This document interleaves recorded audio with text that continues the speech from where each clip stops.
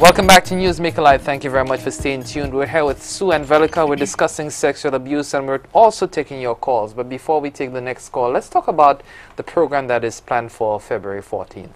Okay, so it's called 1 Billion Rising, and it's an international event, so countries all over the world on February 14th are going to be hosting their own event, taking a stance against violence against women and raising awareness about the crime. We're going to be hosting our own at the Derek Walcott Square on February 14th from 12 to 5. It's going to be song, dance, poetry, all about your voice that was taken, so using that to speak out, and your body that was violated, using that as well. And who can we expect to be part of that program? We've invited schools. We've put it up on our Facebook pages. We have a lot of individuals who are rising already coming up and joining the pages and giving us reasons why they should rise, etc. Oh, hello? No, go ahead. Oh, sorry. Just 1 second, caller. Yes. So, I mean, it's whoever has been a victim or a survivor or who's been empathetic or who's endured secondary trauma, all the things that we spoke about tonight, husbands, wives, boyfriends, girlfriends, everything in between, teachers, everybody, anybody who knows anybody, anyone who wants to support Sue and I and anybody else, come and rise with us. Yeah. And of course, you know that we have a call on the line. Thank you very much for holding. Please go ahead, sir. Hello, good evening. Good evening.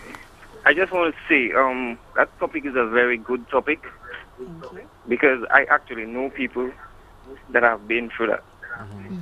And it's like a scar in their life right now. That would be appropriate. So we live in a society where people really don't know God, and people will hurt you, and people will like hurting you. And sometimes the parents get to know because it starts from a young child, and they don't take it serious. The child would tell you something to him. You would not take it serious, and that's how it keep on going, and the child end up growing up and not being the person they're supposed to be. They don't have a God because God allowed that to happen to them. So it's a situation where that builds you in fear, and people don't really try to take care of that problem. I don't know. I heard she asked, what would you do when the person called the hotline? How would you take care of the person? We need to go in the depths of that situation because it's a real thing that's happening right now, that's happening to children, maybe by their brother, their father, their neighbor, sometimes the mother at work, and sending the child somewhere else. When the child comes from work, they go and take the child, and the child might say something and you might beat the child and say, don't say this kind of things. But it's really happening. Right. So it's where the parents are supposed to take the role, or maybe even in school. You need to talk to the children, let the children. Oh, I'm sorry we lost that caller. But yeah, that for sure. That very insightful, yes. That is something that Vel and I have actually just started doing. Vel did one with Corinth where she went in and she spoke. She kind of did it from the back. So her topic wasn't sexual assault, but it was self-esteem. And we knew self-esteem is something that is hurt once you've been sexually assaulted. And then I did a talk at the Super Comprehensive that was all about sexual assault. And from both of the talks, we got students who, one, asked very good questions about sexual assault, age of consent, that kind of thing, but who also came forward and said, this happened to me, how can you help? So we're trying. We are. And I mean, for further information, I mean, the situation, we can't directly answer his question because every situation is intricately different. So it's not that we're avoiding answering the specific question, it's just that it would vary from person to person and sex to sex.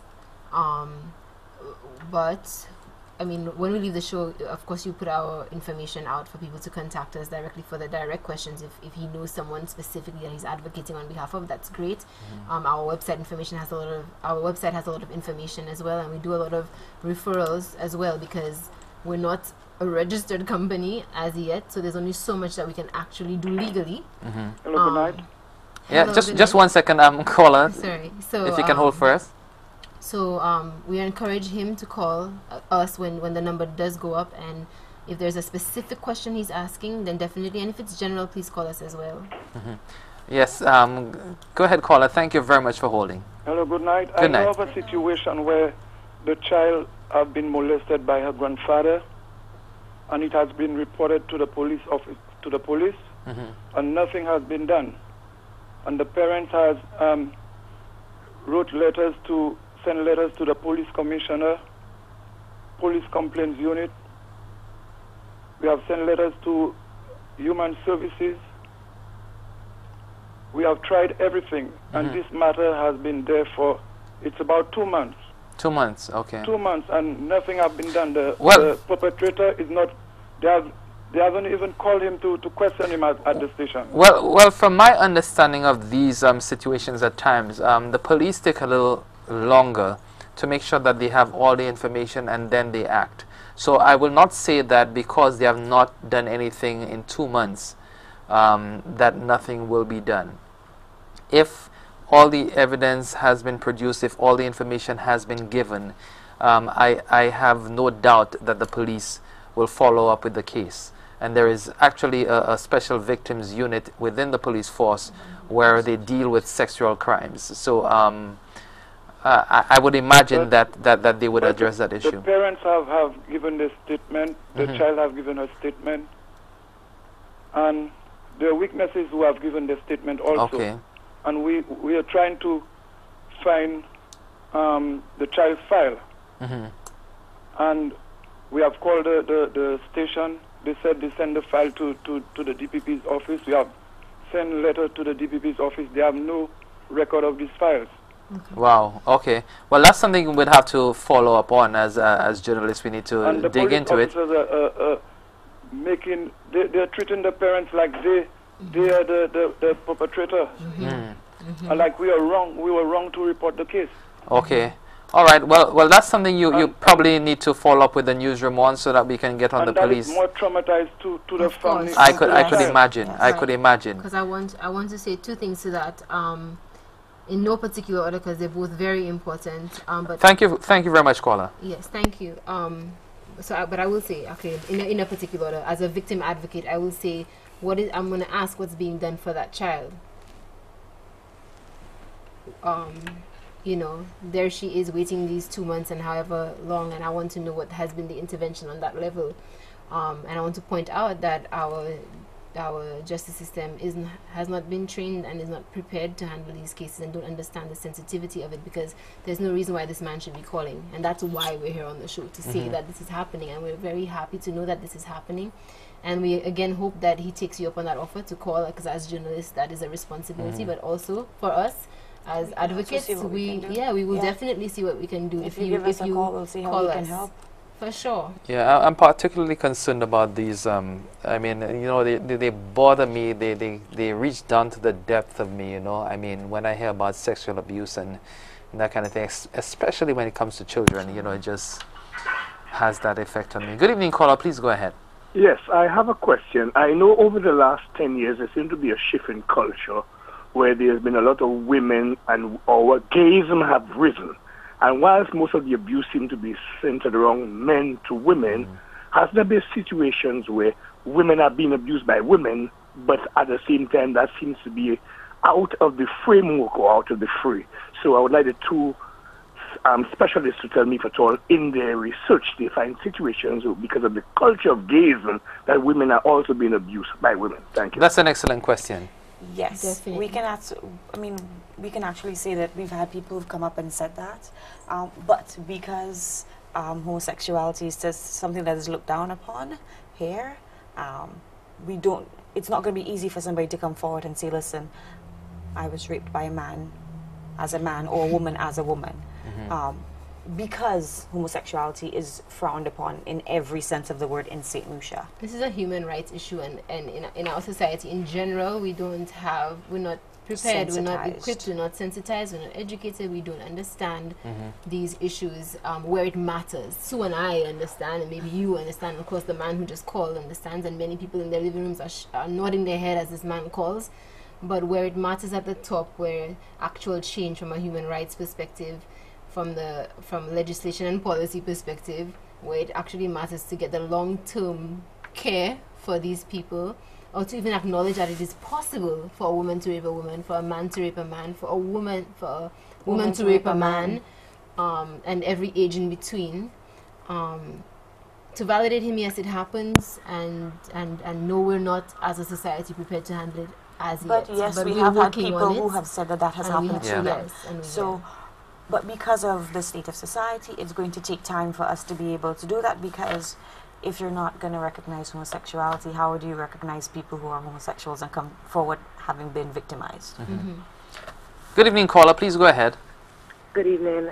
This is a very good program. I'm happy that persons are calling, and at least these young ladies are looking to find an avenue for persons who are going through this. But I think sometimes a lot of parents, they always look for that wajma arrangement, and the child in that case is still affected. So a payment from somebody abusing your child is not always a solution, but I think a lot of times parents look for that, and I think it's something that we should probably speak on, that just getting a washma Thank you. really does not help the situation. Thank you Thank very you. much. And I have this point here as well, Yes. because in our society, in our legal system, every crime that is brought before the court must have a virtual complainant, unless if it is homicide. That means the virtual complainant is dead. Okay? So at any point within the process or along that chain of events, the virtual complainant can withdraw, and then the police have no choice but to drop the matter, or the DPP has no choice but to drop the matter. And you made a very, very good point there, that you have the wajma, which takes place quite often in the society. And for those of you who don't know what a wajma is, it is people, perpetrators of crime, paying off the victims so that they do not proceed with a case against them. And I mean, that too is criminal. Okay. It is never okay for that to happen. And especially when it's a child, and that's usually how it's going to happen. I'm guessing in most cases, because it's going to be the parent accepting this on behalf of the child, you've just sold your child. That is just what's happened. You have made your child into And that's a why product. I have received money for this, and you have okayed it, and you have now re-victimized your child. You have told your perpetrator it is okay for him to do this, not to her but to anybody else, because he now realizes he can he can buy himself out. Okay, I just want to give the numbers again. 724-9991, that is Sue's number. and it's 723-6466. Okay. 723-6466. So that's Velika, and 724-9991. Sue. and 723 6466. 6466. Now, just before we take this other call here, we don't have, in our society, we do not name and shame. In the US, in bigger countries, perpetrators of sexual crimes, they are put on a blacklist. Which is how it should be. And they are not allowed to come into contact with children. They're not to come in to live, Yes. you know, In for certain in places. certain locations and stuff. But we don't have that there. No. Should we Yes, we have that? We should, because that is why we can have a man rape a child in Rosalie, move to Denry, rape a child there, move to Viewfort, rape her there, go to Sufra, rape her there, and nobody knows. Or looking at this regionally, this is how we can then have him move from here after raping 10 children or 10 women, and then go to Martinique and do it, and then to St. Vincent and Trinidad. We have to put them out. There has to be something that says these are rapists, these are molesters. Keep them away from your children. Keep them out of the schools, because then they're the teachers and they're the priests and the coaches. There has to be something put in place so everybody knows what they've done and to stay away from them, not to hire them, not to keep them in certain proximity.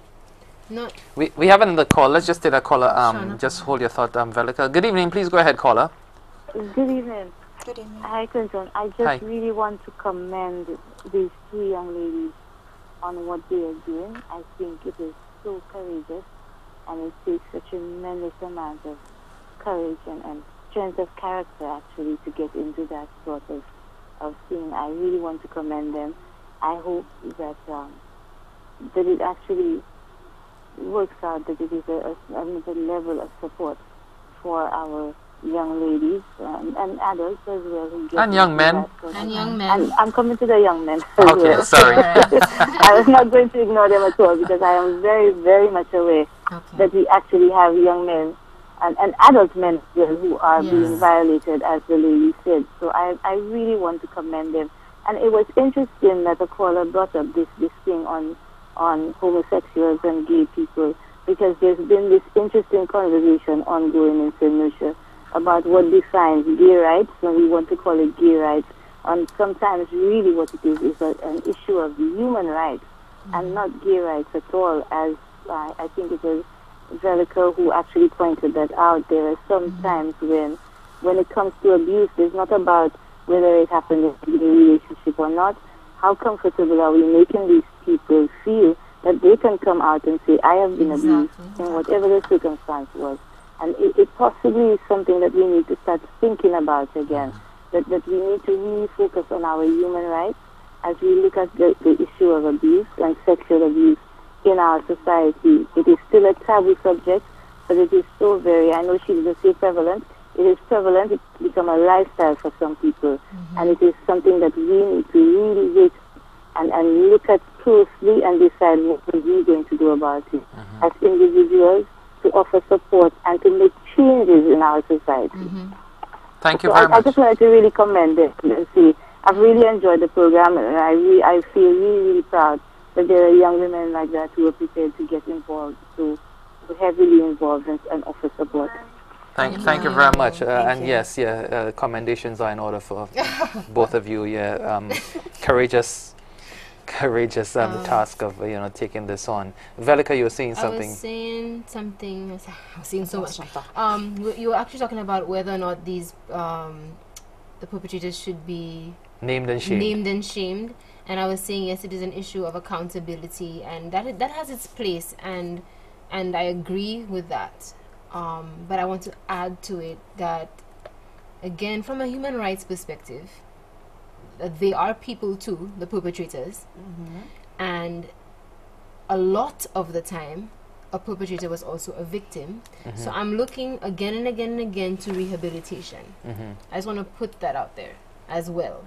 So I'm not saying no, and I agree. But I just want to make sure how we say that, because I want to add that rehabilitation is a big part of it as well. But because we understand that you may have been abused and that is why you're now abusing, but that's not an excuse, because there's so many of us that have been abused, and so while I understand it's rehabilitation, we have to be careful, because we don't want anybody out there that's listening to say, well, maybe I should cut them some slack because they were abused. No, maybe not that's at why. all. Not at you know, all. so and the reason why I think the naming, I won't say naming and shaming, but I will just say that there needs to be something that's there that says you don't work in a school, so you're not in a proximity. It's not necessarily because we're trying to, you've done something that's wrong, you violated somebody, and if you're not held accountable for that, then your number of victims continues to rise. Let's just wrap up because I mean, we can talk all night, we can talk all week about it, because it's something that is so important. But unfortunately our time is up, so let's just wrap up. A final words, ladies. Who goes first? We wanted to thank you for having us on the show, but we wanted to, Vel's going to go through the list, but we wanted to give a big thanks to everybody that supported us thus far, who saw what we were trying to do and stood by us from the beginning, and who's helping us now with what we're trying to do. We want to, everybody that's supported us. Okay, so I'm just going to read the list, okay? Each other, we want to thank ourselves for our support system, our families and friends, and Chris Hackshaw, Central Michigan University, Dr. Rebecca Hayes, our third partner, Taj Weeks Foundation and Toko Foundation, Shaw Start Preschool, Miss David, Corinth Secondary School, Soufre Comprehensive, Gender Relations, Miss Gasper, FDCC, Mr. Cuthbert DDA, Family Court, Mrs. King, The Voice Newspaper, Mr. Marquis, Rise St. Lucia and their team, the AIDS Action Foundation, Miss Hermina Danzi, Mr. Lambert Suma James, Lovely Sheridan and her team, Enough Radio out of Jamaica, Bang FM Radio out of London, Miss Sherry-Ann Dixon, Mr. Malachi, the Rainbow Bridge Project in Olean, Officer Augustine from Miku, Lime St. Lucia, the Castries City Council, Head Funk and its team, Caribbean Visionaries and Mr. Lucius Doxry Jr., all the risers to date, the ARC magazine, the National Youth Council, Tempo St. Lucia Bashana Days, Miss Renee Girard, Mr. Miguel Trim, ProSafe, the GEW team, Newsmaker Live, UNICEF Caroline Purcell, Blazing FM, Johnson's Hardware, Mrs. Lewis from the Department of Human Services, and the Castries Central Library. A long list, and I'm sure that list will grow as the movement gets even more traction. We just wanted to mention very quickly that we have secured a rape crisis hotline from Lyme, so that's why we're thanking them. So once we have a number and we have more about that, we're hoping to have it up and running by the event that we're hosting on the 14th of February. Once we have that information, we'll get it out there. And for those of you who called and are looking for a support group, we also have a support group.